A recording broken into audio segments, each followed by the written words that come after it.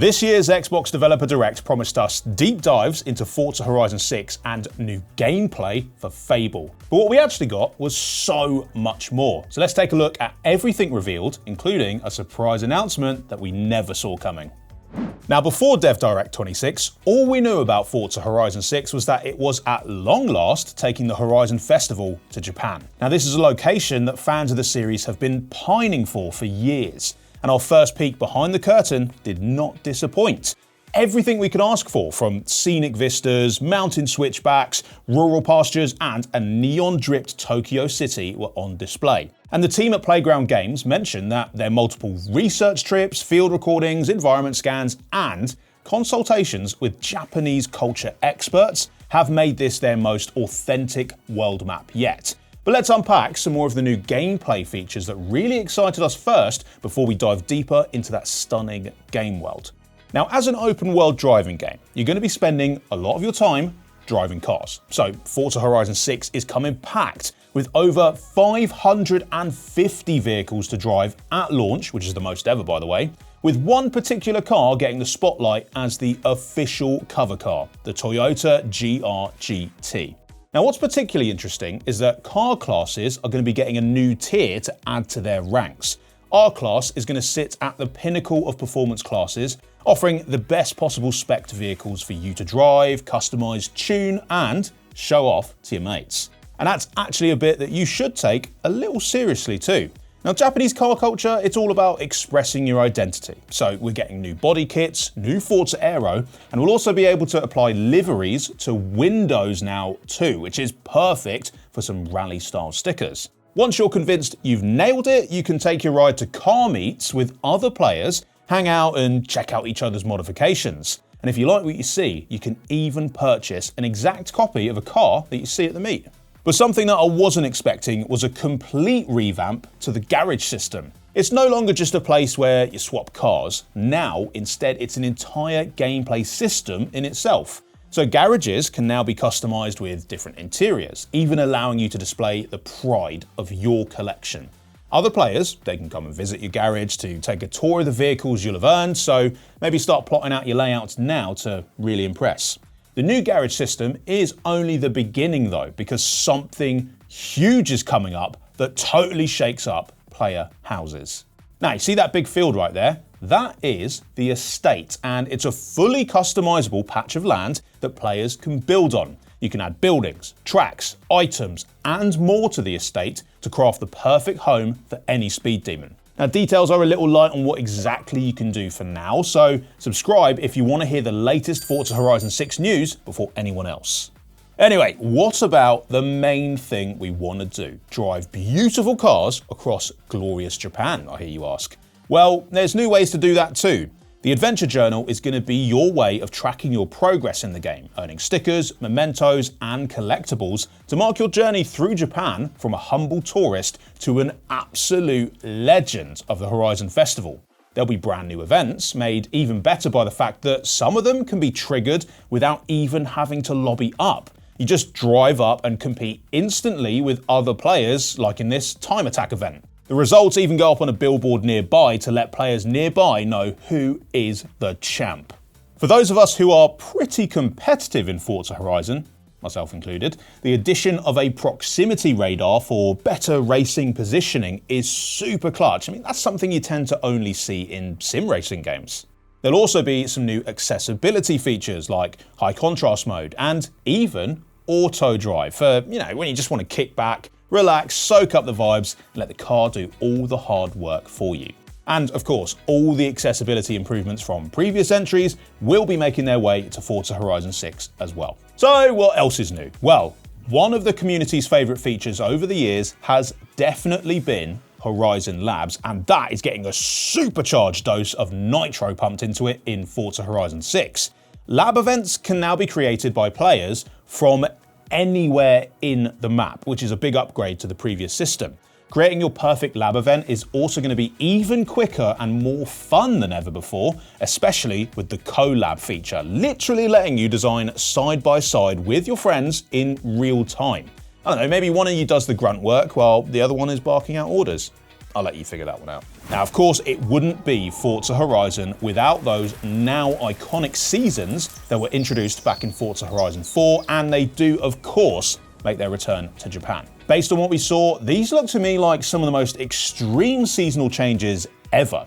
Blizzards that'll really test your hazard lights, all the way to serene but rainy journeys past summer fields. The world is undeniably beautiful, all rendered in that Forza Tech engine, which, by the way, Playground Games is also using to develop Fable, so more on that later. And of course, it sounds just as good as it looks. Take a listen.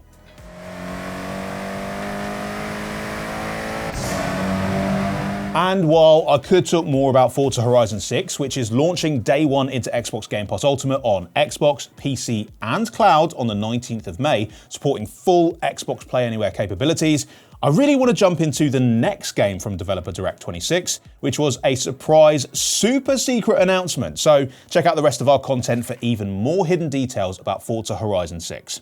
In the meantime, let's get a little weird. Yes, those were indeed some ghostly buns, exactly the sort of wacky inclusion that we've come to expect from Double Fine Productions. What we didn't expect was a surprise extra game reveal during Developer Direct 26. I mean, any excuse to get Tim Schafer's expert phantom pottery skills on show, I guess. Double Fine have cooked up what they're describing as a high-energy, expressive, multiplayer party brawler, and what I'd like to describe as straddling a fine line between genius and madness. And I'm absolutely here for it. It all begins on the pottery wheel, where you actually get to shape and mold clay to a design of your choosing. Use different textures, techniques, and some dexterity to get it just right before that spirit with the big back inhabits it and sends it out on a variety of maps for some 4v4 mayhem. And don't worry about needing any prior pottery knowledge before playing, because the creation tool has been designed to be approachable for anyone. As you progress and earn some cold, hard cash, you'll be able to deck out your pottery studio with more accessories, stickers, glaze options, and more to make the vase of your dreams. It's definitely a vase, by the way. Don't tell my mum. But maybe don't get too attached to your prize creation, because you're actually in for a smashing time. Literally. The creation tool is going to recognize the general shape you've gone for, so a cup, a vase, a plate, you get the idea. Based on that, your ceramic is going to have unique movement style, abilities, and even special moves that you can deploy on some trippy maps inspired by some mythic Hall of Famers like Dionysus, Athena, and Set. We got a deep look at Quench. This 4v4 mode pits two teams against one another with the express goal of dousing the enemy team's kiln.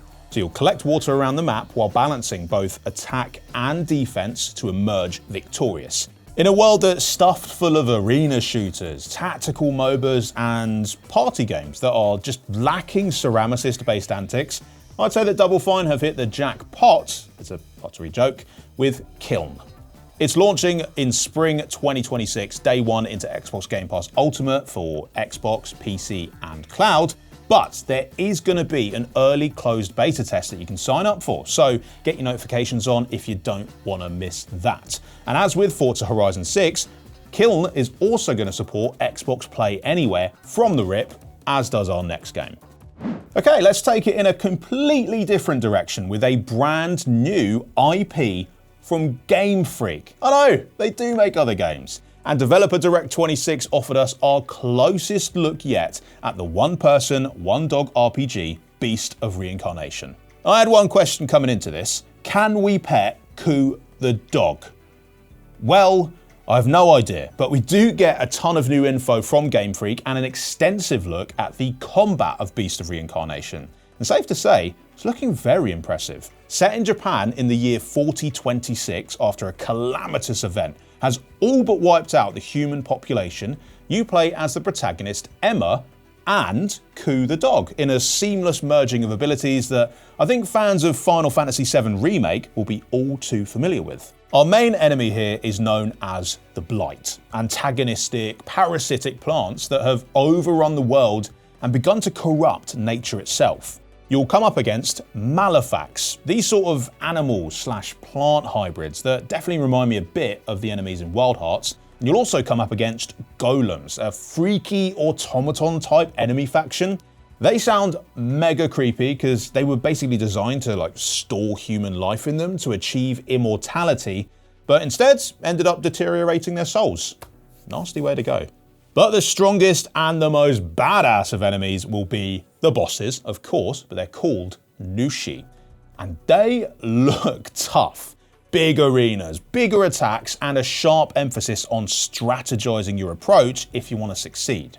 Emma and Ku work in tandem with each other, both sporting their own skill trees that influence one another.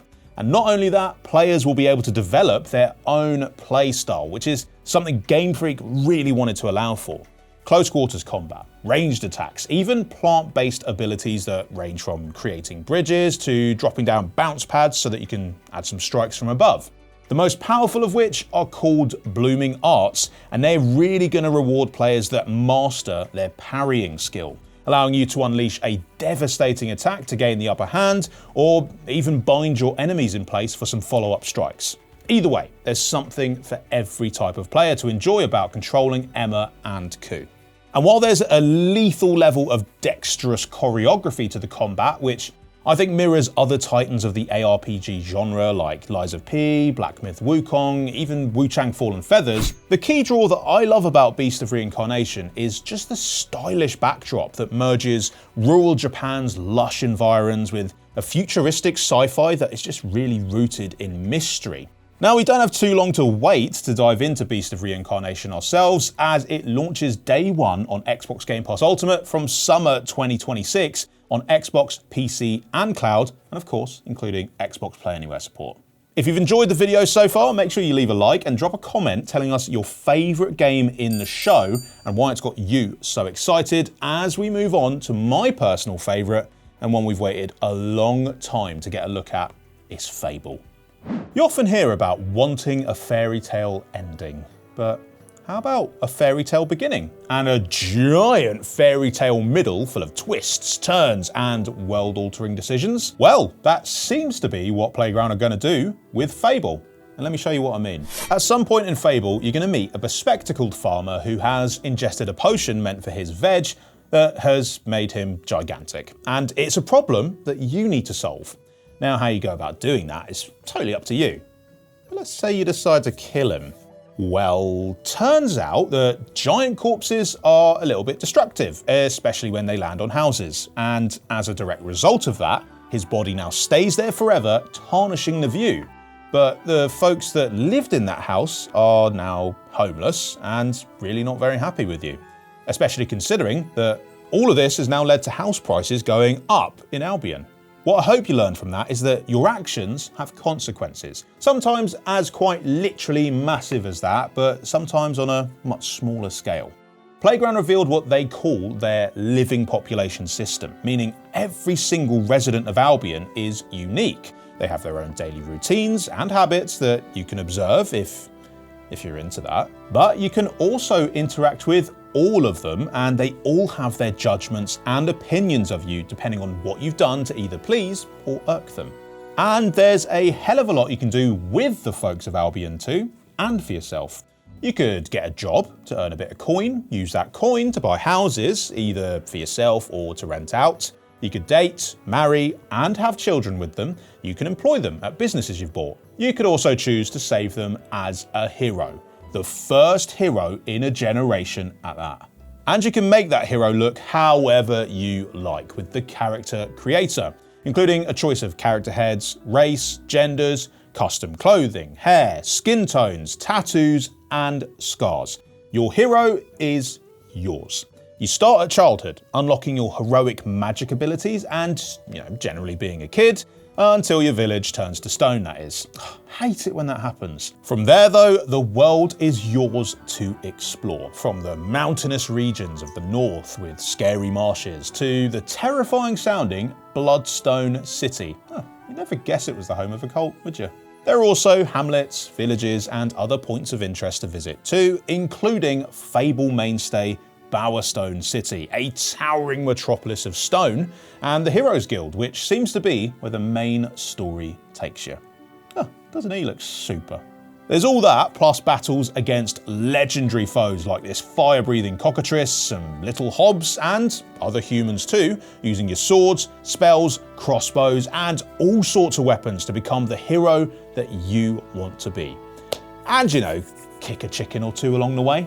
Start warming up because Fable is coming in autumn of 2026, straight onto Xbox Game Pass Ultimate, and of course, available via Xbox Play Anywhere on all your platforms.